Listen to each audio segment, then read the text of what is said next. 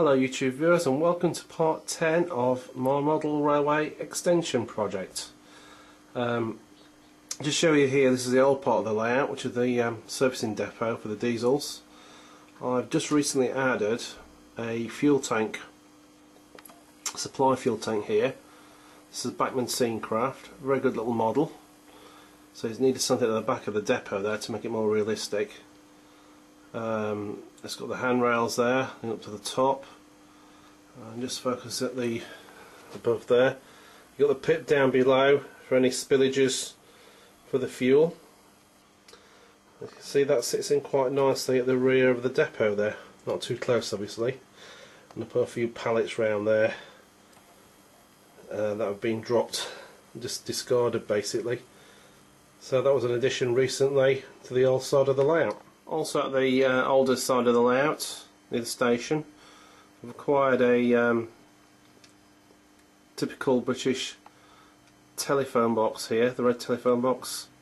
This is illuminated, not on at the moment. This is by Brauer, I think it's a German company, so it is illuminated, but not at the moment, so it's not switched on.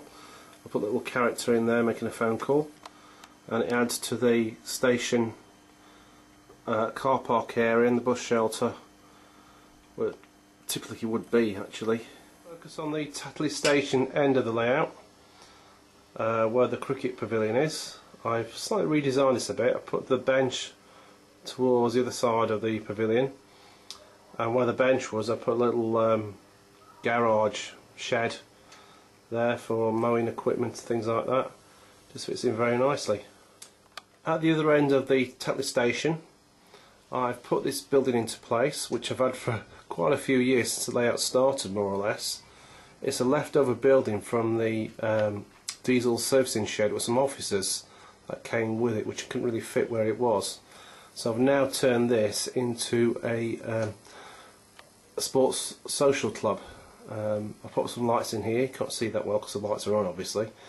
But it fits very nicely in this area where the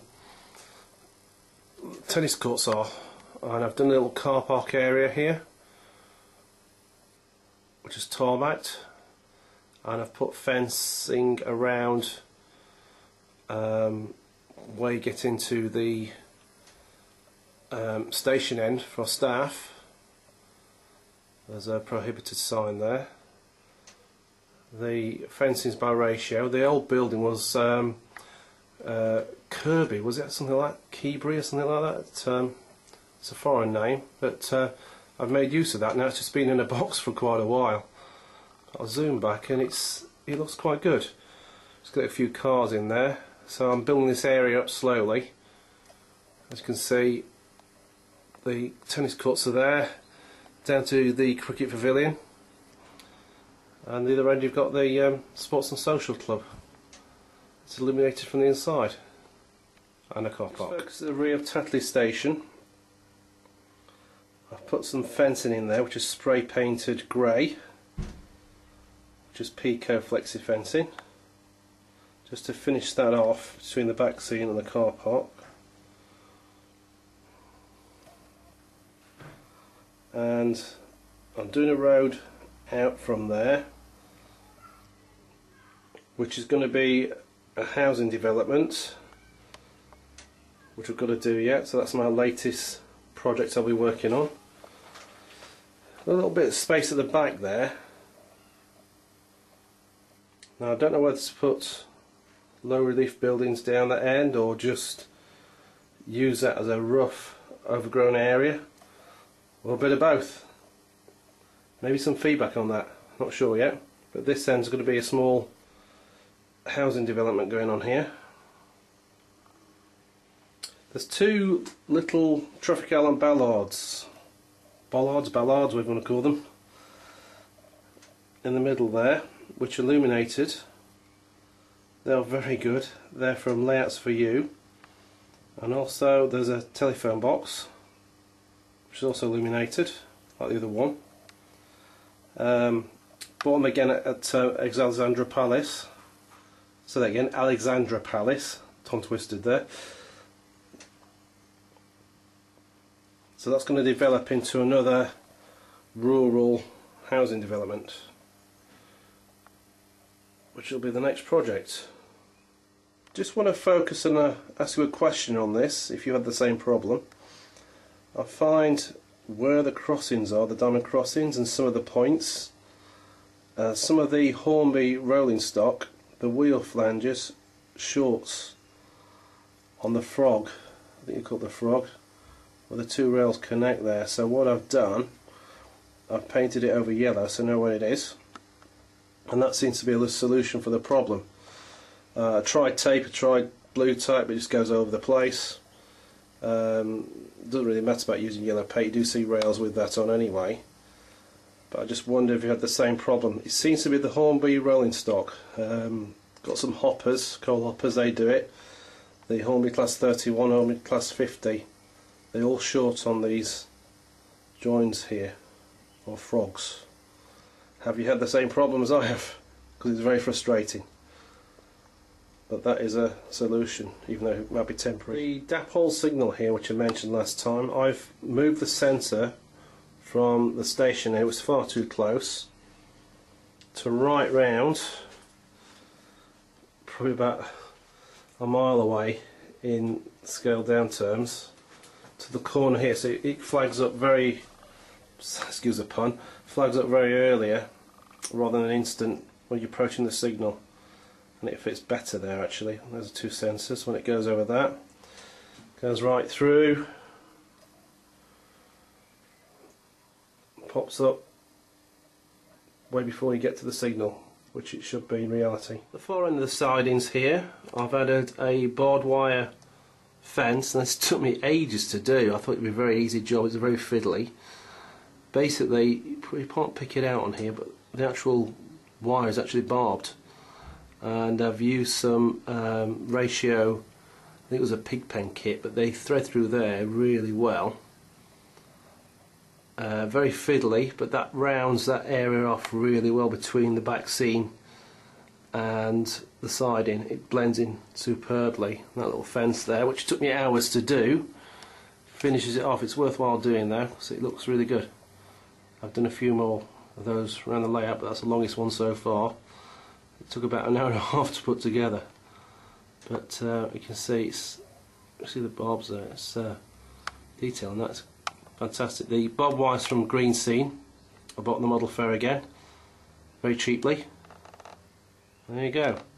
Also recently I've added these little telephone boxes to telephone the signalmen to say the way's clear, there's a problem. These are very good, from Knight's Wings models. These are metal that I've painted. Okay, in the far right hand corner of the layout, I've grassed over here with flock and used some of the Knock ready-made patches, which has got a marshland type effect here, which is very good. Also I did some flowering plants here, and if I focus into here, there's some new items that have just come out recently from Knock. These are laser cut plants, and they're very, very good. Try and focus in a bit more on those. They're just sticking out from the marsh there. Do a few more bits and pieces in that area eventually, but that's the start of that corner. Just focus a bit more into the Knock laser cut plants here. These are very, very good. It adds to the dimension of the overgrown area. Put these at various points around the layout. Another one there. These are very good. All that's the dimension beside the track. But these can go in little gardens, anywhere in particular really. But they are very, very good. Some bracken there. Okay, just show the outside section of the layout, which is now operational. I've had to do a bit of maintenance on this with all the storms we've had in February, so I need to repair some of the track.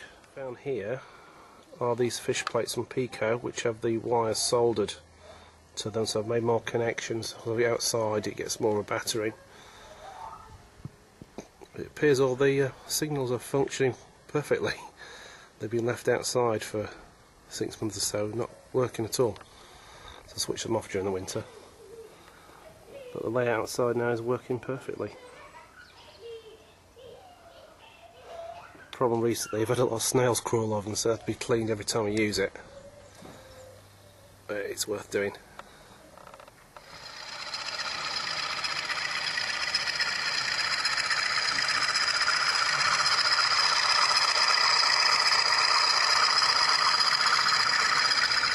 Just show you this latest item of rolling stock to my collection. It's an XBR parcels brake van converted into departmental stock for re-railing equipment. This was based at Immingham, as you can see at the bottom there. I've slightly weathered the bogie and under frame, just very slightly there, little dusting. This is limited edition from Invicta Models, which I bought at a model railway show at Alexandra Palace in London, which was a very good show I've been to in March recently. So I'm quite pleased with that. Okay, this is my stabling point now at the far end of the layout, where the small sidings are, a few locos lined up there. I've also purchased from the model show 2 working they're called tall boy lights, just for that siding down there, and got 2 new locomotives as well, 2 class 20s from Bachmann. I'll demonstrate these later. They are very good. I've had these sound chips by Biz Trains and lights, and they are very good models. One's an earlier model, one came out the before last I think. Both weathered. This one 058 is from Grimy Times. Okay, till next update, thanks for watching, and I'll be doing a review on the class 20s I bought recently with the Olivia's sound chip. Thanks for watching.